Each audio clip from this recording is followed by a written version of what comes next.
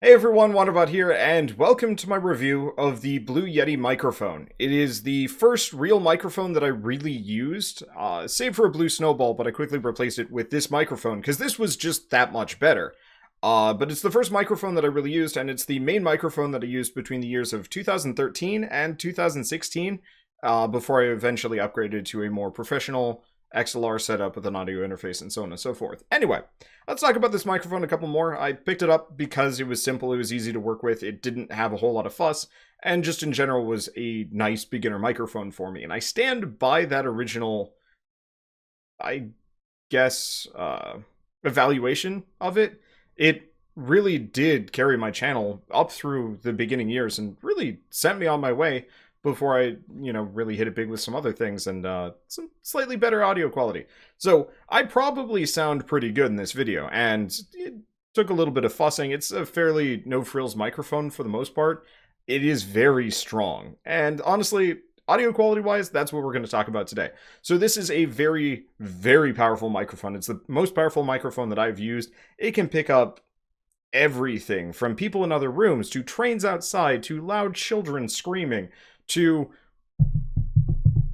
that's me tapping the bottom of the desk. It's about, it's not even like full wood, it's an IKEA desk. But this microphone is strong enough to pick up anything. And so it makes me sound really good. It's nice, it's bassy, it's powerful enough that it can pick me up across the room. So if I want to walk away from the microphone or put the microphone slightly further away from me, I can do that, and this microphone will take it. And I'll sound worse. The closer you are to this microphone, the better you're going to sound, except for a certain point, at which point it starts getting too loud, and then you start peaking, which is the other issue with this microphone. It is so powerful that if you don't have it set up correctly, if you don't mess with the, gain knob on the back and also in Windows, you are going to be peaking with this microphone. This is the third time I've recorded this because, well, first time was because of audio peaking, and the second time was because of a train, actually. And so I wanted to just get everything nice and clean, and hopefully we won't have any more interrupting trains. But it is a very, very powerful microphone. And for some people who live in very isolated environments, who don't have to worry about external noise ever and don't have to worry about a setup that, might make noise, I'm also going to... Here's a little bit more noise that this thing can pick up. It's my keyboard right behind the microphone. And generally, you're going to have your keyboard and your microphone pretty near to each other. So if you got a mechanical keyboard, you might want to pass on this one because there are just better options. Okay, let's talk usability. So this microphone, beyond its power problems or benefits, or just, the fact that it is a mighty microphone, it is also one of the most convenient microphones I've ever had to work with. It comes with its own stand. It's pretty plug and play. It's got a USB cable, so almost every computer can just hook up to this thing, and you're good to go once you make sure that you're not going to be peaking or sound particularly bad because you've got the gain up too high. So apart from that, this thing is a breeze to work with. Very little futzing, very little problems, very little extra working parts. I've had to replace the USB cable a couple of times, but I keep getting longer and longer USB cables, and they're a super common type. I actually do not know off the top of my head what kind of USB cable it is, but you can walk into a Best Buy and pick up a 20-foot version of this if you wanted to, and it wouldn't be stupidly expensive. Okay, maybe at Best Buy. I don't know, last time I looked at cables from them, it was gold-plated and $700. So, that's besides the point. It's a convenient microphone. The only other thing that you might want to pick up for this thing, there's a couple of things you might want to pick up for it to make it work better. For starters, I've got a pop filter on it, just a little foam thing. Keeps the pops out. If you've got the microphone in front of you, this way you don't have to worry about making the dreaded puh, or even worse, the just air going through a microphone noise, because that just sounds bad and you don't want that. So we picked up just a little foam thing. I can kind of show it off a little bit here. It's just a little foam thing that goes around the top. Looks fine, blends in well, and yeah, really cuts down on any extraneous noises. Let's see, what else is there? Right. You also are going to probably want to get some kind of pad to put underneath. Like I showed earlier with the tapping on the bottoms. Something just soft, a gel pad, a soft beanie. That's what I used for a while. Just something soft underneath it can really cut down on the audio. I guess currently I've got these felt pads that aren't that good, but I don't really use this microphone that often. But they can help. Or just something stable but capable of cushioning the microphone, will really cut down on those vibration noises, and that's really, really useful to make this microphone as good as it can possibly be. Let's see. What else is there? Right. Stands. So this microphone does come with a built-in, I guess, mounting point. It's got a screw hole on the bottom. That sounded weird, but whatever. It's got it can just immediately screw onto almost any stand, which usually have either already fitted for this kind of microphone or have an adapter. I got lucky with that, and I've just been using the same adapters forever, but they came with my first, like, adjustable boom arm, and I was kind of surprised because I thought I'd have to buy one myself, but hey. But yeah, it'll just connect to those. Unfortunately, it doesn't work that well with shock mounts. I actually have not found a shock mount that works with a Blue Yeti, but I didn't really look. But it is a big honker of a microphone comparatively. Like, it is the biggest microphone I've ever worked with, which means finding a shock mount for this thing might not be super doable. Luckily, if you're using boom arms and stands and whatnot, you're gonna generally not have to worry about getting a shock mount for it anyway. I didn't. I just put it on my adjustable boom arm and that was it. But if you do want to find a shock filter, be aware that most conventional ones don't work with it, compared to a lot of other more universal models. The other thing is, it does come with its own stand. I've kind of showed it a little bit and talked about it a little bit. You can just angle the thing back and forth a little bit, which it's not major, but it does help, especially if you don't have the money for a boom arm, or you don't really have the setup for that kind of thing. This is one of the only microphones that I've seen that just comes with its own stand, and you can just plonk it right down. Let's see. I guess let's talk about some interesting features on this thing. So, it's got a mute button on the front, which is kind of convenient. I personally would warn against using it too much, just because it is a little sticky. And maybe the newer models don't have this problem, but I specifically have to press it in a couple of times for it to function. And it usually gets stuck on the mute side of things, which is a bit bad, because I've definitely had recordings where I'd on mute and it didn't go, and I'd talk for like 3-4 minutes and I'd be like, oh no, and unmute again. And there we go, now people can hear me, but whoopsie, that's like 4 minutes of nobody hearing me and maybe my mouth flapping if I'm using Facecam. It's also got a, well, I guess let's talk about this mute a little bit more.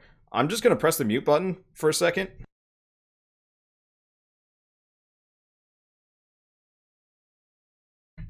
Okay, so obviously mute button works fine. One other problem with it is pressing the mute button in is audible, so if you don't cut that out, you're going to have a dunk dunk every single time, and that can be a bit of an issue, especially if you're doing multiplayer stuff. I remember playing with my friends, and always feeling guilty when I'd have to mute and unmute, because they could hear it. I knew they could hear it, because they had this microphone too, and I could hear it when they muted and unmuted, but oh well. Anyway, other features, it comes with a built-in audio jack, so you can actually plug in just regular, just a regular headset into this thing, or headphones, I guess, which was convenient for me because I kept my computer way off to the side, had my monitor, my keyboard, my mouse, and the microphone all the way over here, so I wouldn't have to worry about stuff, and not having to worry about stringing headphones all the way over there as well was actually very convenient and gave me a lot of flexibility, and just generally kept down on the cable clutter. So I really liked that. And it comes with a volume knob on the front, which spoiled me a little bit because now I have trouble adjusting audio on my computer nowadays because I'm so used to just having a little knob that I can turn down. And it's like, oh, the game is blasting my ears out. Well, oh well. Anyway, the other things that it has is a built-in gain thing on the back of the microphone. I've always had it set to bare minimum, and I don't think I will ever change that. It is such a strong microphone. I think I was peaking just a second ago. And this is on bare minimum plus 30 decibels down on, or it's at 70% on Windows beyond just the slider on the back. So be very careful. Keep that on minimum. Make sure you sound good. Because if that goes up at all, if you bump it, if you move that around while you're moving the microphone, you're going to sound bad and you might not notice in time. So be careful with it. And the last thing that it does have that I actually find quite convenient, but I've never used, is a alternating mode dial on the back. There's 4 different modes for this microphone. Currently, you're hearing basic, unidirectional, or cardioid, which records kind of the frontal angle, but it ends up picking up quite a lot on the back, which is why you could hear the keyboard noise earlier, and honestly, anything else in the room. I think it's pretty quiet today, but still. But so, it's got the cardioid mode. I leave it in that. It has a stereo mode that I think is pretty good, but it also picks up more of the surrounding noises, so I kind of avoid that. It's got a omnidirectional mode that records everything around it, because there's actually multiple microphones in here. That's how it works. And so that'll just pick up everything around you. Very good if you want to record like 4 people sitting around a table. But honestly, that's still kind of the budget option, because you really want to do that sort of thing with like multiple microphones, everybody with a lavalier or something like that, because it is going to sound like you're in a big open room, because it is picking up a lot more just ambient volume. And so, yeah, good if you're starting out on like a D&D podcast or a D&D gamer, tabletop gaming, but there are better options. But, you know, if you're on a budget, this works actually fairly well. And speaking of podcasts, it also does have a dual recording setup where it records one person cardioid this way, one person cardioid this way. Again, going to pick up more environmental volume, but if you want to record 2 people sitting at opposite ends of a table running a podcast, this is probably a fairly good mode for that. I don't know if there's other uses for these things. I've certainly never had to bother with them, but I'm usually just recording myself for gaming. So, I don't know, I can only speak on what I have for experience. So, last couple of things before we're done. Cost. This is an expensive microphone, but it goes on sale often. I think I saw it for $150 yesterday, which surprised me a little bit because I thought this microphone was like $110 to $130 originally, but the price really does fluctuate. I've seen it go as low as 60 something, very rarely. Usually, if it goes on sale, it's on sale for like 90. So generally, if you're looking to pick up a microphone and you're not rushing out the door, you can actually wait on this one and pick it up on sale, as long as you're patient and keeping an eye out. And it's on sale everywhere. Like, I've seen it on sale on Best Buy, Walmart, Amazon, their own website, stuff like that. So if you keep your eye out, you might be able to snag this thing for a fair bit cheaper, which is good because, like I said, it's a good beginner microphone. And if you are just starting out with recording, you're probably not going to want to bust your wallet for a basic audio setup, especially because once you buy this thing, you're probably going to be stuck with it for a while. Most microphones are expensive, and upgrading past this point is doubly so. So make sure that you pick it up at a good price that you're not going to regret, especially because, you know, a number of people might get envy of other people's audio quality. And I don't know. I'm glad I picked this up on sale, but I got lucky with it. I think it's going to be on sale for Christmas, so I should probably mention that now, before you all are like, buy now. Anyway, the last thing is, if you're considering this microphone and you're kind of looking at the Blue lineup for microphones, I haven't really looked at anything else that they have to offer, because it seems like Yeti is still kind of their flagship and their main model.